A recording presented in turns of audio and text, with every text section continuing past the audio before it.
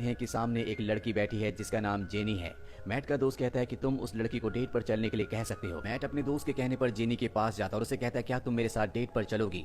Jenny साफ साफ मना कर देती है और तभी वहाँ पर एक आदमी जेनी का पर्स लेकर भाग जाता है। मैट उस आदमी का पीछा करता है और जेनी का पर्स छीन लेता है और इसके बाद उस आदमी को उल्टा सीधा कहना शुरू कर देता है, जिस बात से उस आदमी को बहुत गुस्सा आता है और एक डंडा लेकर मैट की तरफ आता है। मैट के अब होश फाख्ता हो जाते हैं और वो अपनी जान बचाने के लिए भागकर एक कचरे के डिब्बे के अंदर छुप जाता है। पर वो चोर जो डंडा लेकर उसे मारने के लिए आया है वो उसे देख लेता है और अब वो कचरे के डिब्बे पर डंडे मारना शुरू कर देता है। वो मैट से कहता है कि तुम एक बुज़दिल हो, बाहर निकलो। और अब मैट के पास कोई भी रास्ता नहीं है और जैसे ही वो कचरे के डिब्बे से बाहर निकलता है उसके सामने जेनी होती है। मैट सोच में पड़ जाता है कि वो आदमी जो उसे डंडे मारना चाहता था वो कहाँ गया। वो जेनी को उसका पर्स वापस लौटाता है और एक बार फिर से उसे डेट पर चलने के लिए पूछता है। इस बार जेनी उसे हाँ कर देती है और जब ये दोनों यहाँ से निकलते हैं तभी हमें दिखाया जाता है कि वो चोर जिसने जेनी का पर्स छीना था वो हवा में लटका हुआ है। वही मैट जिस ऑफिस में काम करता है वहाँ पर एक लड़की को पसंद करता है, लेकिन उसका पहले से एक बॉयफ्रेंड है, इसीलिए कभी भी वो मैट के साथ डेट पर नहीं गई। और तभी मैट को जेनी का कॉल आता है। वो कहती है कि हम आज रात को डेट पर चल सकते हैं। जिसके बाद ये रात को एक रेस्टोरेंट में डिनर करने के लिए जाते हैं जहाँ पर एक दूसरे से बहुत अच्छे से बात कर रहे होते हैं।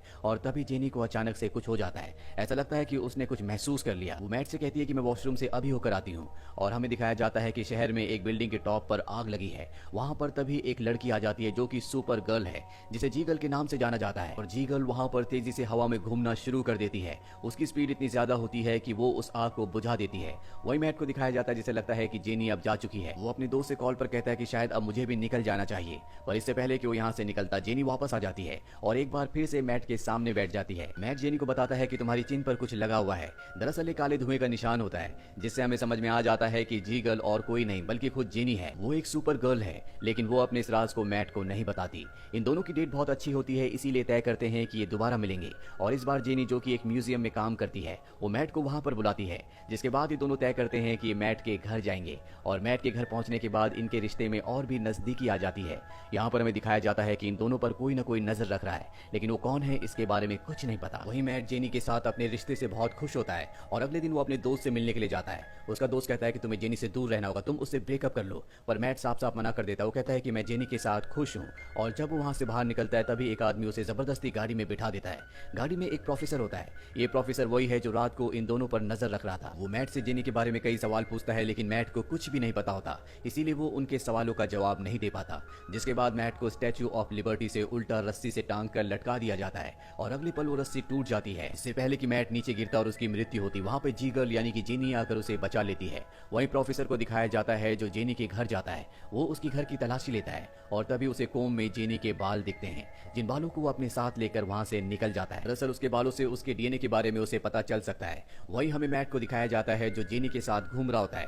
दरअसल जेनी ने उसे बचाने के बाद उसे अपनी असलियत यानी कि वो जी गर्ल है इस बारे में कुछ नहीं बताया होता। वो मैट के साथ घूम रही होती है और तभी वो देखती है कि सड़क पर एक बच्ची है जिसका कार से एक्सीडेंट होने वाला है। लेकिन इससे पहले कि कार उस बच्ची को हिट करती, जेनी अपनी सुपर स्पीड से उसे बचा लेती है, लेकिन वो खुद कार से टकरा जाती है जिससे वो बहुत दूर गिरती है।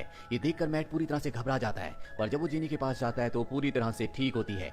जेनी को खरोच भी नहीं आई होती और ये देखकर मैट और वहाँ पर सभी लोग पूरी तरह से हैरान हो जाते हैं। मैट अब जानना चाहता है कि जेनी को कुछ क्यों नहीं हुआ, उसे खरोच भी क्यों नहीं आई। जेनी मैट को अपने साथ अपने घर ले जाती है और जहाँ पर वो अपनी शर्ट खोलकर उसे दिखाती है कि वही जी गर्ल है, यानी कि वो लड़की जो इस शहर को बहुत वक्त से बचाती आ रही है।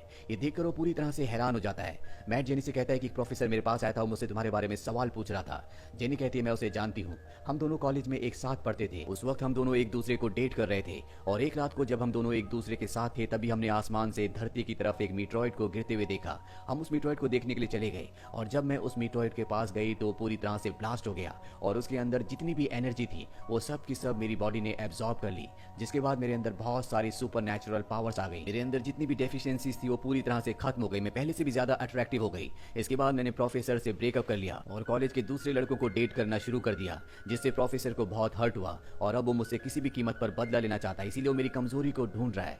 वहीं प्रोफेसर को दिखाया जाता है जिसके पास जेनी के बाल होते हैं और वो उन बालों से किसी भी तरह से जेनी की कमजोरी को ढूंढने की कोशिश कर रहा होता है। और जब वो उस मीटरॉइड के टुकड़े को जिसके ब्लास्ट होने से जेनी के अंदर पावर्स आई थी उस बाल के पास ले जाता है तो बाल की सारी एनर्जी मीटरॉइड का टुकड़ा अपने अंदर खींच लेता है, जिससे प्रोफेसर को समझ में आ जाता है कि जेनी की यही एकमात्र कमजोरी है। अगर वो मीटरॉइड के टुकड़े को जेनी के पास ले जाएगा तो उसकी सारी की सारी शक्तियां खत्म हो जाएंगी। वहीं मैट और जेनी को दिखाया जाता है जो एक रेस्टोरेंट में होते हैं और तभी मैट की वो कोलीग जिसे मैट पसंद किया करता था वो भी वहां पर आ जाती है, जिसे देखने के बाद जेनी बहुत ज्यादा जेलस हो जाती है क्योंकि वो नहीं चाहती कि वो मैट के पास बैठे।